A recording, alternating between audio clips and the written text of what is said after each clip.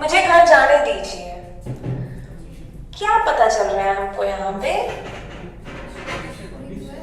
Allow या permission का भाव आ रहा है? अलाउ या परमिट, इसका भाव आ रहा है आपको? अलाउ या परमिट का भाव आ रहा है? ठीक है, वो अपने मास्टर से कहा मुझे घर जाने दीजिए, अलाउ करना या परमिट करना, बस यही तो भाव आ रहा है हमें इससे।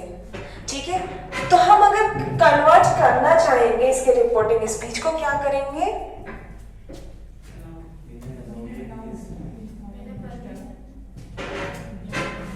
बिना अलाउड हिज मास्टर, अलाउ या परमिट का भाव तो आ रहा है, पर अलाउ या परमिट तो इसका मास्टर करेगा, ये थोड़ी करेगा। तो ये क्या करेगा? ये रिक्वेस्ट कर सकता है कि मुझे अलाउ करिए, मुझे परमिट करिए, रिक्वेस्ट कर सकता है। ठीक है, समझ में आ रहा है ना? रिक्वेस्ट कर सकता है, या आप आस्क का भी प्रयोग कर सकते हो। आस्क तो मैंने बताया था हर जगह यूज हो जाता है। ठीक है, और किसका? रिक्वेस्ट और ऑर्डर का भी, जहां पे आपको समझ में आएगा वहां पे ऑर्डर का भी प्रयोग करोगे, पर इस सेंटेंस में नहीं होगा ऑर्डर का। ठीक है, ये तो समझ में आ रहा होगा कि क्यों इसमें ऑर्डर का नहीं होगा।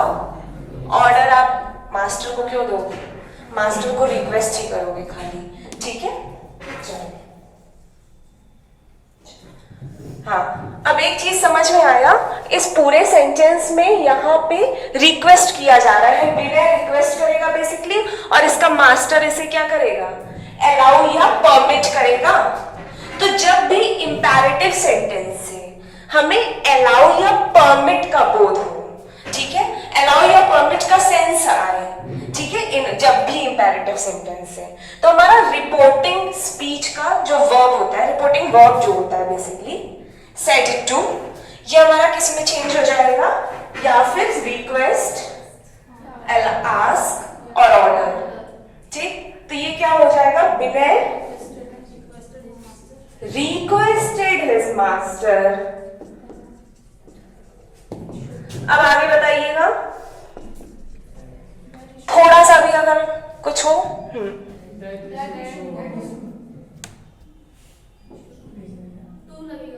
He should go home, ये क्या बता रहा है? रिक्वेस्ट भी कर रहे हो और उनको बता भी रहे हो कि हमको घर जाना है।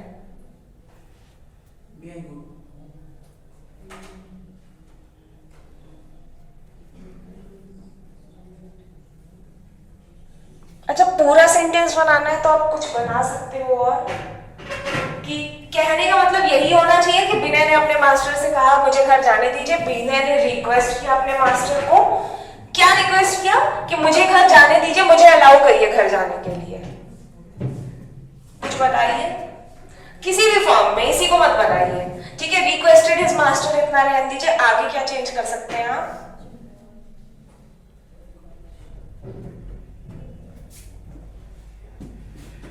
विनय requested his master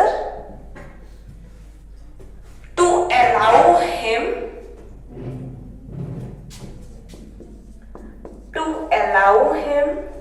क्या रिक्वेस्ट किया मास्टर को? टू अलाउ हिम, उसको अलाउ करें।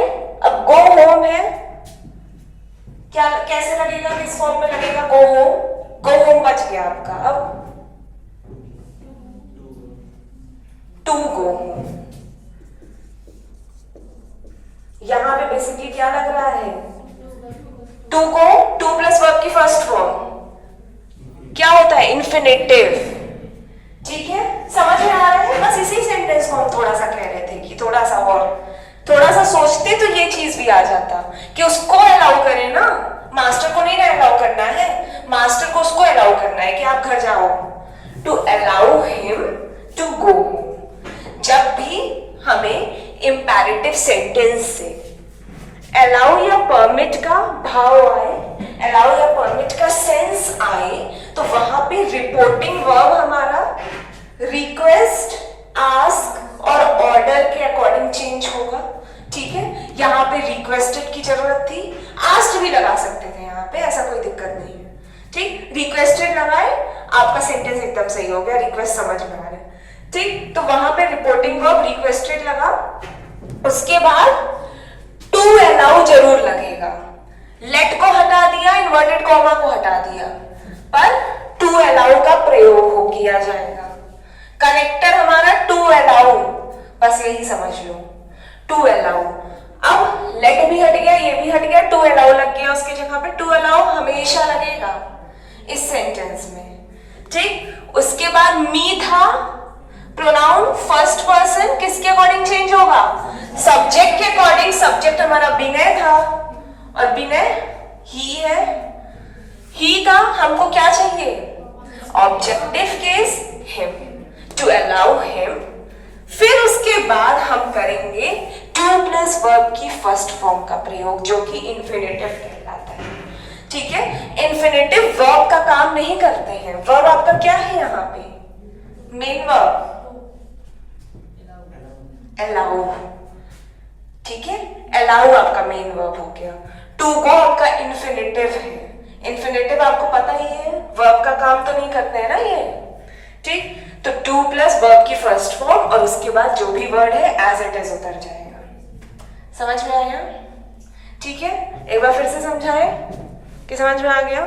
नहीं, जब भी इंपेरेटिव सेंटेंस से हमारा अलाउ या परमिट का बोध होता है, ठीक है, जब भी इंपेरेटिव सेंटेंस अलाउ या परमिट दर्शाता है, तो वहां पे रिपोर्टिंग वर्ब हमारा रिक्वेस्ट, आस्क और ऑर्डर इसके अकॉर्डिंग चेंज हो जाएगा। और इसके बाद ये इन्वर्टेड कॉमा और लेट हट कर टू अलाउ लगेगा हमेशा।